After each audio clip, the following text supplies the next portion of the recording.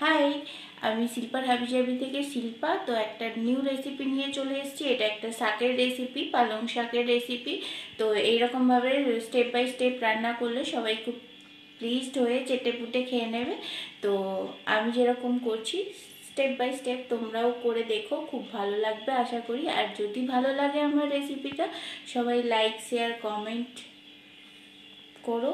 আর একটা করে like please করো। আর ভিডিওগুলো কেউ স্কিপ না করে দেখো, অ্যাড সহ।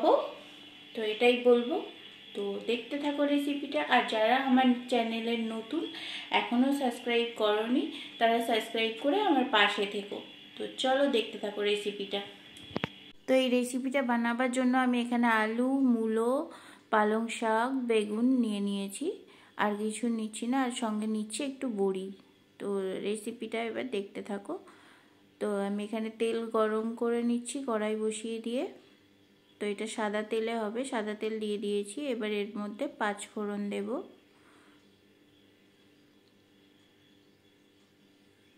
তো 5 ফোড়ন দেওয়ার পরে আমি এখানে 5 ফোড়নটা হয়ে গেলে এর মধ্যে মুগের ডাল দেব একটু।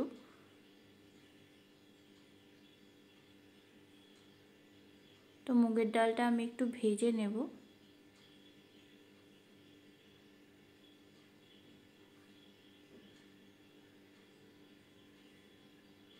তো মুগের ডালটা দেওয়ার পরে আমি এর মধ্যে এবার কয়েকটা বড়ি দেব।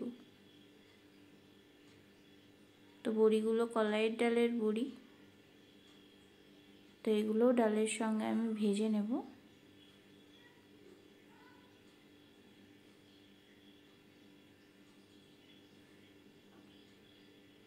দেখো লাল লাল হয়ে গেছে সব কিছু, ডালও লাল লাল হয়ে গেছে, বড়িও লাল লাল হয়ে গেছে। এবার আমি আলুগুলোকে দিয়ে দিচ্ছি, মূলোগুলোকেও দিচ্ছি। এবার আমি এগুলো একসঙ্গে ভাজবো কিছুক্ষণ।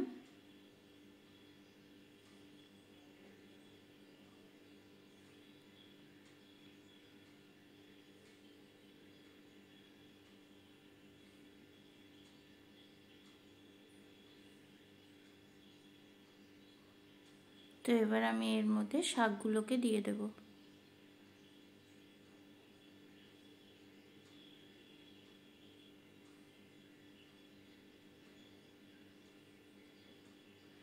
তো আমি শাকের উপরে একটু নুন দিয়ে দিচ্ছি আন্দাজ অনুযায়ী, আর হলুদও দিচ্ছি।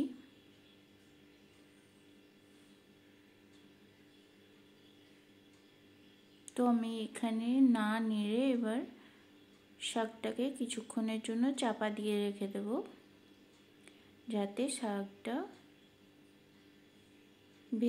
ভেপে নিচের দিকে নেমে যায় একটু। তাতে আমার কি হবে, নাড়তে সুবিধা হবে।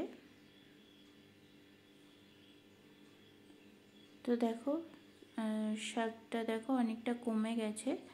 এবার আমি এটাকে নেড়ে দেব।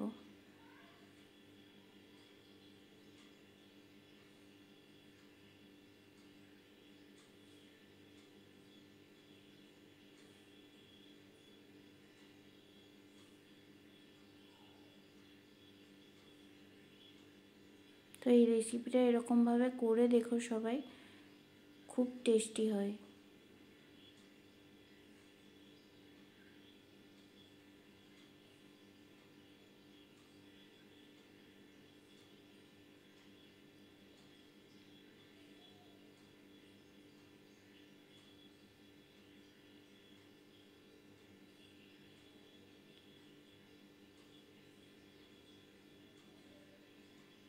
তো আমি এর মধ্যে এবার মিষ্টি দিয়ে দিলাম।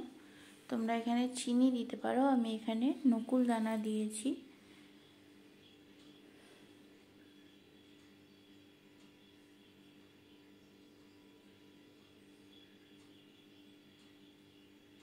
তো আমি এটাকে আবার চাপা দিয়ে দিলাম কিছুক্ষণের জন্য, প্রায় 15 মিনিটের জন্য চাপা দিলাম। তো 15 মিনিট পরে আমি আবার একটু খুলে দেখব। তো শাকটা দিয়ে দেখো কত জল বেরিয়েছে। তো শাকের জলেই শাকটা রান্না হয়ে যাবে, আমি এক্সট্রা কিছু জল এর মধ্যে দেব না।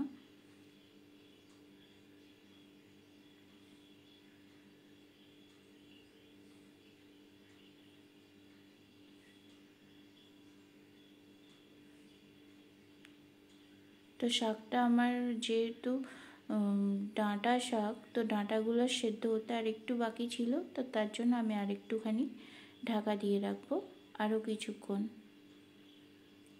মানে আরও 10 মিনিট ঢাকা দিয়ে রাখছি।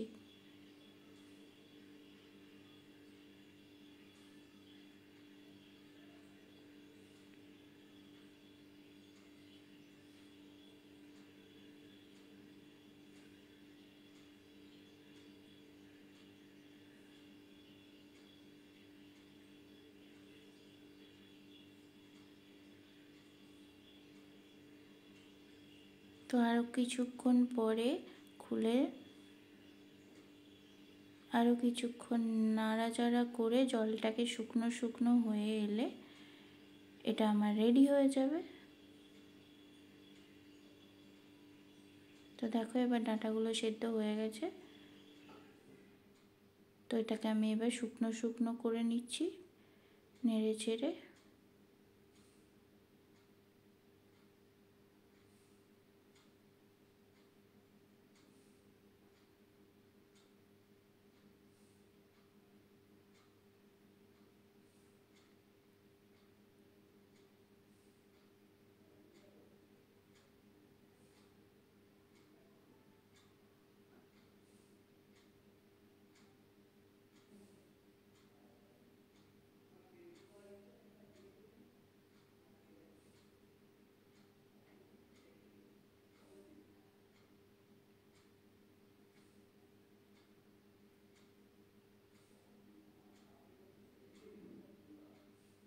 তো দেখো এটা আমার শুকনো শুকনো প্রায় হয়ে এসছে।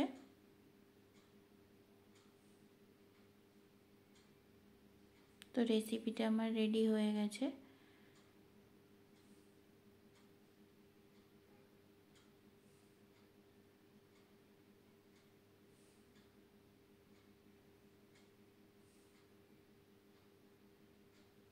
তো অবশ্যই এইরকমভাবে ট্রাই করো, আশা করি খুবই ভালো লাগবে। কেউ কি কখনো খেয়েছো এরকমভাবে ডাল ফোড়ন দিয়ে বড়ি দিয়ে খাই তো জানি, কিন্তু আমি মুগের ডালটাও ফোড়ন দিয়ে দেখলাম খুবই ভালো হয়। তো প্লিজ ট্রাই করো আর আমাকে কমেন্টের মাধ্যমে জানিও তোমাদের কেমন লাগলো। তো আমার রেসিপি তৈরি হয়ে গেছে, আমি কিছুক্ষণের জন্য ঢাকা দিয়ে রাখলাম। টাটা সবাই।